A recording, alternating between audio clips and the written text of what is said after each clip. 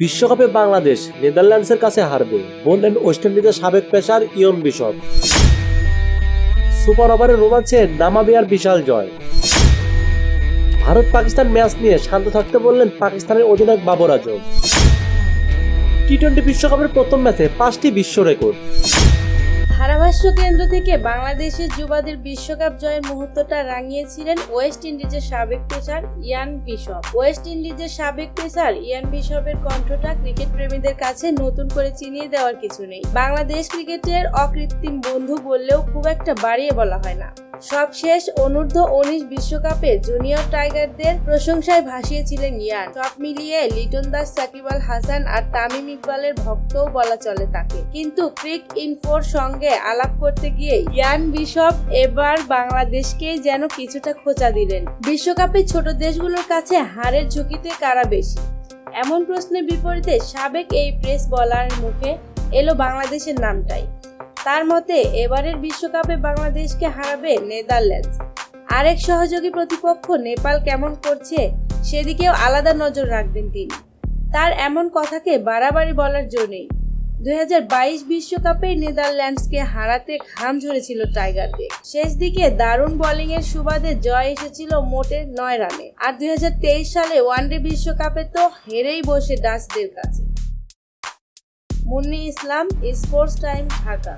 প্রথম সুপার ওভারের সাক্ষী হলো 2024 টি-20 বিশ্বকাপ। নির্ধারিত 20 ওভারে সব কয়টি উইকেট হারিয়ে 109 রান করে ওমান। জবাবে নামাবিয়া 6 উইকেট হারিয়ে করে 109 রান। তারপরে শুরু হয় এবারের বিশ্বকাপের প্রথম নাটক, ম্যাচ গড়ায় সুপার ওভারে। আগে ব্যাটিং এ নেমে সুপার ওভারের প্রথম 2 বলেই অভিজ্ঞ ডেভিড উইসারের ব্যাট থেকে এলো 10 রান। প্রথম বলে 4 আর দ্বিতীয় বলে 6। ওমান এবং নামাবিয়ার ম্যাচের সবচেয়ে বড় তারকা তিনি। ম্যাচের সবচেয়ে গুরুত্বপূর্ণ সময় বুঝিয়ে দিলেন নিজের মর্মটা। সুপার ওভার নাটকে গড়ানো নামাবিয়া ম্যাচের সব আলো উইসা কেড়ে নিলেন শুরুর ওই 2 বলে।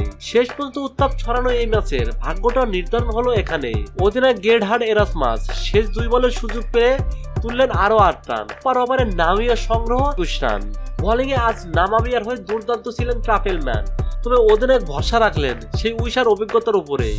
তিনিও নিরাশ করেননি। 22 রানের টার্গেটে ব্যাট করতে নামা ওমানকে আটকে রাখলেন 6 রানে। প্রথম বলে 2 আর পরের বল ডট। সেখানে ভাগ্য নির্ধারণ হয়ে যায় নামাবিয়ার জন্য। তৃতীয় বলে নাসিম খুশিকে আউট করে জয় নিশ্চিত করে ফেলেন উইসা। শেষ 3 বলে ওমানের সংগ্রহ 8 রান। ওমান সুপার ওভারে থামে 10 রানে। নির্ধারিত 20 ওভারে ওমানের হাতের মুঠোয় থাকা ম্যাচটাই জয়ের হাসি এসেছে নামাবিয়া। ডেভিড উইসার অভিজ্ঞতায় শেষ পর্যন্ত নির্ধারণ করলো লো স্কোরিং ম্যাচের ভাগ্য এবং রাতারাতি বনে গিয়েছে নামাবিয়ার ন্যাশনাল হিরোতে। Mohammad Nure Alam, sports time, Dhaka. ভারত পাকিস্তান ম্যাচে উন্মাদনা উত্তেজনা থাকবেই, এটাই স্বাভাবিক। দুই দেশের ক্রিকেট অন্তর্ভুক্তির পর থেকেই এমনটি হয়ে আসছে। 2013 সালের পর থেকে দ্বিপাক্ষিক সিরিজ আয়োজন বন্ধ হওয়ায় ভারত পাকিস্তানের দেখা শুরু হয় শুধু আইসিসির ইভেন্টগুলোতে। যে কারণে আইসিসির আয়োজিত এমন কোনো ম্যাচ আসলেই উৎসুক দর্শকের মনে শুরু হয় উত্তেজনা। এবারে টি-20 বিশ্বকাপে একই গ্রুপে পড়েছে ভারত পাকিস্তান, যে কারণে গ্রুপ পর্বেই খেলা আছে 2 দলের। আগামী 9 জুন যুক্তরাষ্ট্রের ডালাসে মুখোমুখি হবে ভারত পাকিস্তান। চিরপ্রতিদ্বন্দ্বী 2 দলের খেলায় উত্তেজনা থাকাটা স্বাভাবিক। তবুও এই ম্যাচে নিজেদের শান্ত রাখার কথা বলেছেন পাকিস্তান অধিনায়ক বাবর আজম। তিনি জানেন এই ম্যাচ দেখার জন্য অনেক ভক্ত উৎসুক মনে অপেক্ষা করছে, প্রিয় দলের কাছে ভালো কিছু আশা করছে। তবে গুরুত্বপূর্ণ এই ম্যাচে বেশি উত্তেজনা অনুভব না করে খেলায় ও নিজেদের দক্ষতায় মনোযোগ হওয়াকেই যুক্তিযুক্ত বলে মনে করেন পাকিস্তানের অধিনায়ক বাবর। বাবর বলেন, ভারত পাকিস্তান ম্যাচের দিকে পুরো বিশ্বের দৃষ্টি নিবদ্ধ। স্বাভাবিকভাবে নারীর চাপ থাকবে, তবে আমাদের মূল লক্ষ্য অবিচল থাকতে হবে। মৌলিক বিষয়গুলোকে গুরুত্ব দিয়ে লেগে থাকতে হবে, সহজ ক্রিকেট খেলতে হবে। এটা সব সময় একটি চাপযুক্ত খেলা। আপনি যত বেশি শান্ত থাকবেন এবং দক্ষতা ও কঠোর পরিশ্রমে বিশ্বাস করবেন, তখন জিনিসগুলো সহজ হয়ে যাবে। মুন্নি ইসলাম, স্পোর্টস টাইম, ঢাকা। আমেরিকা বনাম কানাডার ম্যাচ দিয়ে শুরু হয়েছে টি-20 বিশ্বকাপ। শুরুতেই মাতিয়ে দিয়েছে আমেরিকা। কানাডাকে বড় রান তাড়া করে হারিয়েছে তারা। সেই ম্যাচে তৈরি হয়েছে একাধিক রেকর্ড, তার মধ্যে ভালো এবং খারাপ দুটি রয়েছে।